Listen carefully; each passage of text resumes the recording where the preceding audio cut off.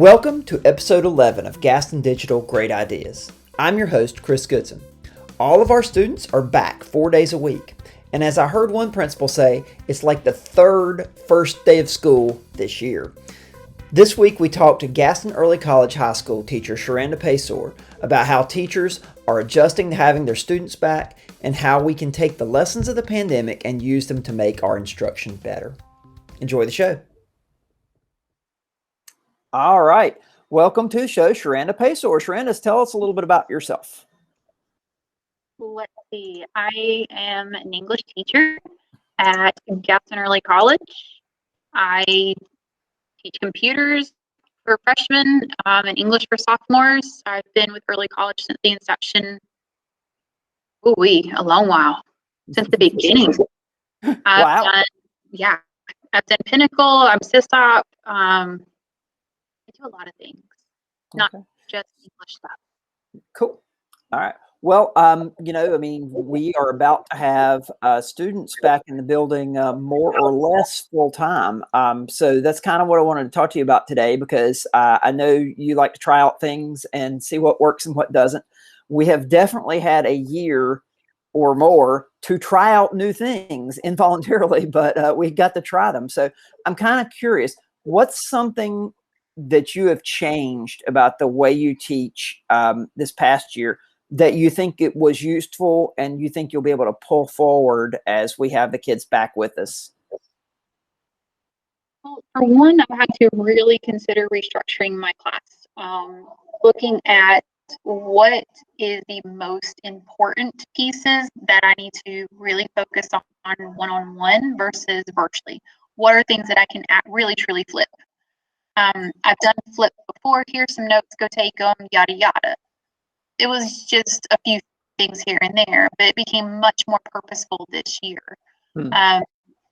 Especially the whole hybrid thing. I know several of my teachers, they chose to, they kept their sequencing the same. So even if they're a home hybrid, the home remote kids still had to do the same notes that the kids in class were doing. I didn't feel comfortable doing that. So I had my home kids doing something different versus when they came to me, because there are certain things that I felt I needed to do that I could not push off. So being really deliberate on that is going to continue, I think.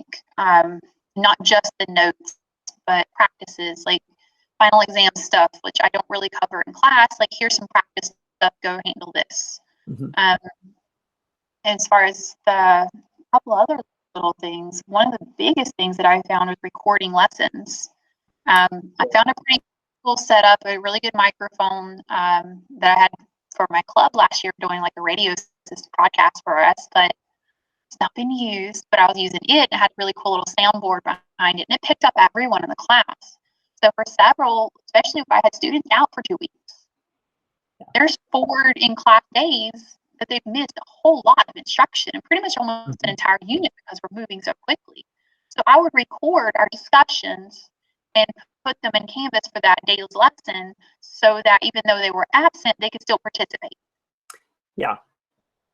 That's huge. I mean, because even, when cross fingers were back to normal life, you always have that kid who comes in and say, hey, I was out a day. What did I miss? And I just remember that used to be the worst, because you had to get everything together. But sounds like this, with the process, if you get in that habit of routinely recording your interactions, your mini lessons, and that kind of thing, if you've got a way for the students to easily get to them, like an LMS, it's just a function of, hey, here's what you missed, go find it right there, and they know. So that sounds pretty cool.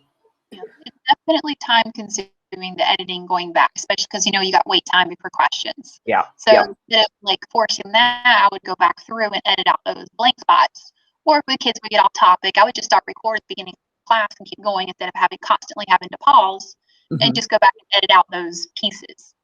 But I felt it was super important. Like, they're missing a huge part of our classes are those discussions, and I didn't want them being left out. And it seems to me too that if I'm a student who was in class and I'm getting ready to take the test, I'm maybe going to want to look back and say, didn't we talk about that one day? And now I can kind of go back and say, oh yeah, there it is, and sort of rewind that and and get a bit more info on it looking back. So it seems like it's useful for a lot of ways. I hope so. Those who actually watched it were great. Yeah. So speaking of LMS, we talked about that a little bit. We were using Google Classroom before, and I know some teachers used it a lot, some teachers used it very little. And it wasn't anything that was mandated, but when we started back this school year, we had Canvas. And so that's been a big change for a lot of people. But I know a lot of people are thinking of it in terms of, well, it was good to use when they were remote half the time. But how do I use it moving forward? So, I mean, as far as you go, do you see yourself still using your LMS and putting like all the assignments and everything in it when the kids come back? Well, I've gone through so many LMSs over the years. I used Schoology way back, and then I used that for a long, long time. And then I had our school pushed, we got Google Classroom. It got pushed through, like, hey, do this. So our school chose to do it as a whole because there was no point in everybody. Some people doing this, some people doing that. Let's do all the same. So I transferred to Google Classroom, which I enjoyed. I liked having the rubrics. I liked it when students were able to turn in work. It was it. Like, it locked it. I was able to see what they did. I could automatically put in it as suggestions, so I could put in my feedback. Super easy. I missed that. But even with Canvas, absolutely, I keep things ordered and structured that way. It's a little different now that I'm used to doing, because normally I would organize by topics. Yeah. So I had to reconfigure and do it by weeks through Canvas. That way, I would have topic headers under the weekly module. So the normal weekly routine work that they do on their own, I have it set up under something. In-class work is under in-class stuff. And long-term work, with English, a lot of times if I got an assignment that's due a month down the road, I put it in every single module every single week. Exactly. That's a good idea, because that way it's always in front of them. Right. At least hopefully. Even still, like, oh man, I didn't think about it. Come on. Yes, you did. Because I even forced each module to have specific requirements that they have to mark done or they have to view. Even with those many requirements, like trying to constantly push it in front of their face a little bit is the goal. So, I mean, that seems to work pretty good. Regardless, I prefer having an LMS. I don't know how it works otherwise with so many absent students. And I would used to do my blog every day. I would have, here's our agenda, here's what we did, hyperlink it to everything, and I would send that out too. I haven't been able to do the same because it's just extra work this year. So I've taken doing that in lieu of the weekly modules. But it's essentially the same concept. It's just closed to parents, which I don't particularly like. Yeah. Even with you're an observer, I've noticed with my own sons, it's not the same. Yeah, I agree. It's and that's a feature I'm hoping that Canvas puts some attention to in the next few years, because it's useful for parents, but it's also a little limited in what they're able to see. And you mentioned it helps keep you organized, but at the same time too, I've heard from kids who say, I like it when all my work is in Canvas because I know where to go and look to see if it's due. I mean, I've had high school juniors and seniors tell me that. So yeah, that makes a lot of sense. Even if it's work that we turn in on paper. Exactly. I put the assignment here with the digital link, so even if students are out, they can pull it up and do it digitally and still email it or something. So no matter what it is, it's going in Canvas. And I think Canvas is added that is a new feature where the students can pull up the camera within Canvas and take a picture within Canvas. And so I know that I've suggested to people for like things like journals, that instead of actually taking up the journal, just have the kids take a picture of the journal entry, and then you can grade you can read it via the picture, and they don't ever have to hand in their journal. So there's a lot of possibilities for things like that. And like I said, even if it's something you take up on paper, they can, if it's in there, they know about it and they have a due date, and they don't have to guess where it's at. So so let's flip that around a little bit. What's something about remote and AB cohort that you are happy to leave behind? Oh gosh, all of the ridiculous amounts of grading or teaching the same thing 4 times in a row. I can only imagine. That, like, A group, I teach it, and then B group, I go and teach it. So I'm doing the same thing multiple times, and by the fourth, fifth, I'm done. Yeah, there's a lot of administration too that I know that everybody's not going to have to worry about it, A or B and things like that. So another thing, I know one of the problems a lot of teachers talked to me about this past year is the struggle to get students to turn in assignments.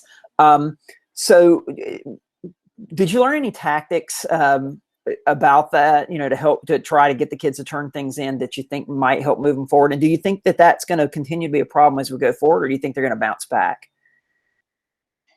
Because I'm not sure myself. I think they're super resilient and super flexible. I mean, they're used to doing a lot of things, but when I did my master's program, the entire thing was remote. All of our class meetings were Zoom. Our group meetings were Zoom. Everything was through Zoom. So it became comfortable for me. So I sit in my class and my kids have college classes because with early college, they have college classes and they're all virtual. And my frustration was that none of them would turn their cameras on. Yeah. None of them would speak up. They're always typing and texting. And I'm sitting here going, why aren't you talking? I don't want people looking at me. They look at you in class. What difference is it? So there's something with the screen thing that really throws them off, but they'll FaceTime in a heartbeat. Yeah. It's interesting. It's funny because one of the other ITFs discovered an idea.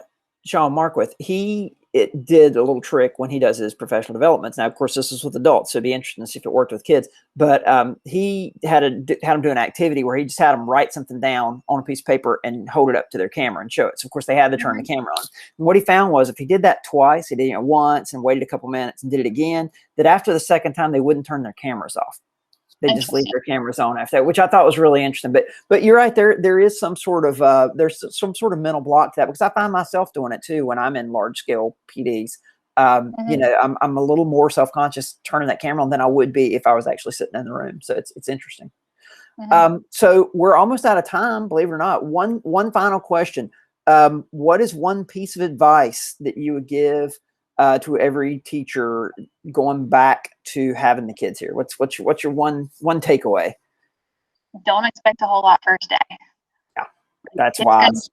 It's going to be mad chaos. It's another first day of school for us. I mean, they're coming in, they're seeing people they haven't seen before, or kids they haven't seen in a very long time, and they're already apprehensive. We've been telling them for a year, stay away from each other. Yeah. Now all of a sudden, they're being pushed into a situation where they're very uncomfortable, and it's okay. And to be a little more lenient and understanding and be okay with that. Like, it'll take a little bit of time to adjust. I mean, how long did it take us to adjust to the hybrid model? Yeah. And dealing with remote stuff? I mean, I still have students struggling to do remote work because they can't self-regulate. Yeah. I mean, it's not going to be any different coming back the same way. It's just going to be new problems in a new situation, but we're going to be able to talk to the kids I don't get in touch with, or I don't see, as soon as they're gone, I never hear from them again until I see them again. Yeah. And that's frustrating. So I'm going to really enjoy being able to make contact and see that they're not getting it before we get to the point where I'm assessing. I've missed that a lot, having those discussions, whole group and more variety. By now, they're sick of hearing the same voices. Yeah. I think it's going to be interesting also bringing back in all those new voices and those new opinions and having them more just fun. I've missed my groups. I've missed my kids a lot. Yeah. So I'm just hoping that they're comfortable coming back in a way that we make it as safe as possible for them. Yeah. And I think that's great advice to everybody. In fact, that's probably, it's funny because that's the piece of advice I've been hearing people tell all year. Then it still fits right now, which is kind of let's all give each other a little bit of grace and a little bit of space, and we can make it work. Well, thank you so much. It'll all be good. It'll all be fine. Or we're people. We're all good. Yeah. Well, thank you for being on the show today. We appreciate it, and talk to you later. Thanks for watching. If you want to find out more about the topics we discussed today, head over to our website at bit.ly/great ideas. And don't forget to check out bit.ly/Gaston Digital for the latest resources and professional development opportunities from your tech facilitators. We're still offering virtual PD for the next few Wednesdays, so check it out. If you have ideas for the show, message me on Twitter. I'm @Goodson. Have a great week.